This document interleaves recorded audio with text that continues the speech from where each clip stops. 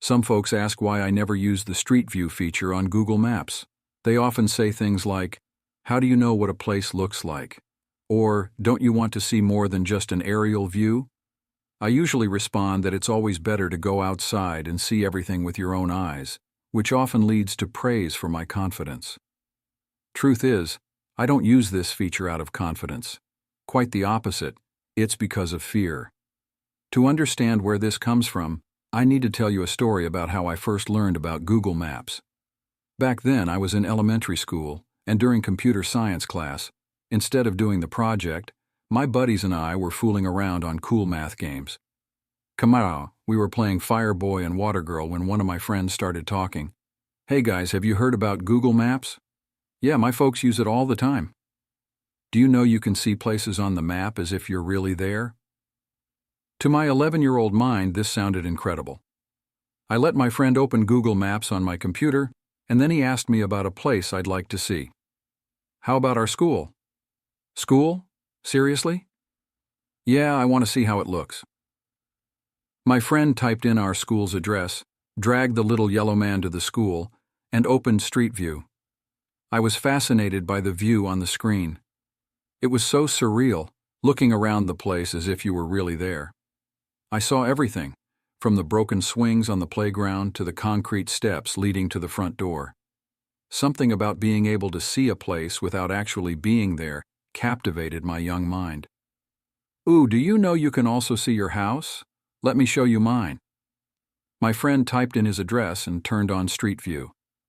I'd been to his place many times before, and the house looked exactly the same as in real life: the yellow facade, white fences out front, and the garden on the side. Google Maps perfectly captured my friend's home. While we were sitting and laughing at my friend's house, the bell rang, and it was time to go home. After school, as usual, I went home, grabbed a snack, then went up to my room to play on the computer. That evening I didn't have any homework, and my parents said they'd be home late, so the house was all mine. Being a kid, I thought the best way to spend the time was by playing flash games as long as possible. Eventually I got bored and wondered what to do next. It was a little past 6 o'clock in the evening, and it was already dark outside. I glanced out my bedroom window and saw bright lights shining from the windows of neighboring houses. Suddenly, I remembered Google Maps.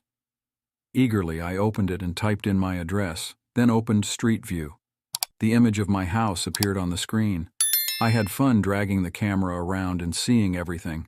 I even zoomed in on the living room window, imagining I might see someone if I zoomed in enough.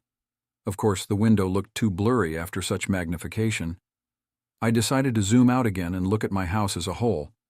And then I noticed something odd. There was a man in a hoodie standing by my side gate. I tried to zoom in on the man's face but could only see the back of his head, right above the gate by my bedroom window. Being a child with a vivid imagination, and considering it was dark outside, I rushed to the window and drew back the curtains, expecting to see someone scary below. I sighed with relief, of course. There was no one by the side gate. When I returned to the computer, I was met with a terrifying sight: the image of a twisted face with bulging eyes and a cartoonishly wide smile. I instantly zoomed out. I wanted to close the browser but was afraid that if I did, the man would disappear. I zoomed out the image and saw his whole body. The best way to describe him was tall, lanky, and crooked. He wore a hoodie with his hands in his pockets, his head tilted to the side and his eyes staring directly at the screen. What really scared me was how his entire torso was facing the screen, as if he knew I was looking at him. All the Street View images were taken during the day, so I thought to myself that he wasn't there now. It was dark outside. I looked at the date the image was taken and saw it was photographed several months ago. Then I looked out the window again, just to make sure there was no one by the side gate, and again no one was there. When I looked back at the computer, my eyes widened. The man was standing exactly as before, except now one of his hands was out of his pocket. He was giving a thumbs down, all the while still staring straight at the screen with his bulging eyes and ridiculously wide smile. I rushed downstairs and made sure all the doors and windows were locked, drew the curtains on all the windows, and locked myself in my room. When I looked at the computer again, I saw that the man was no longer smiling. He was laughing.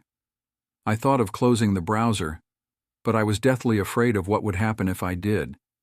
It was clear that this man was reacting to what I was doing, so I continued to stare at his image on the screen. After a few minutes of staring at the man, the computer gave the blue screen of death. In a panic, I quickly rebooted it. The screen came to life, showing the Windows XP loading screen. The whole house was silent. I sat and stared at the loading screen, wanting nothing more than to return to Google Maps to make sure the man was still there. Computers took a long time to boot up back then. Suddenly, I heard the door handle of my front door shake. I feared the worst. Was it that man? I looked at my computer again. It was still loading. And then the familiar creak of the front door opening. My heart pounded in my chest, my hands trembling. I knew my bedroom door was locked. But if this man could get through the front door, he could just as easily get through my bedroom door. But everything dissipated when I heard my mom's voice. "We're home!" All my tension suddenly vanished, and I ran downstairs to see my parents taking off their shoes at the front door. I desperately told them the story about this man, but they didn't believe me. I practically dragged them to my room and opened Google Maps, expecting to see the familiar crooked smile. But the man wasn't there. I searched the entire house and found no trace of this man. Of course, I kept insisting he was there, but my parents never believed me. They said that even if the man was there, he clearly wasn't there now, as the photos were taken several months ago. The next day, I told the story to my friends at lunch, and though it scared them for a moment, they quickly forgot my story. I will never forget what happened that night. The memory of the man's crooked smile and bulging eyes returns to me every time I think about opening Street View on Google Maps. So now, when someone asks me why I never use it, I just tell them that I'd rather see the place with my own eyes than trust an image on a screen.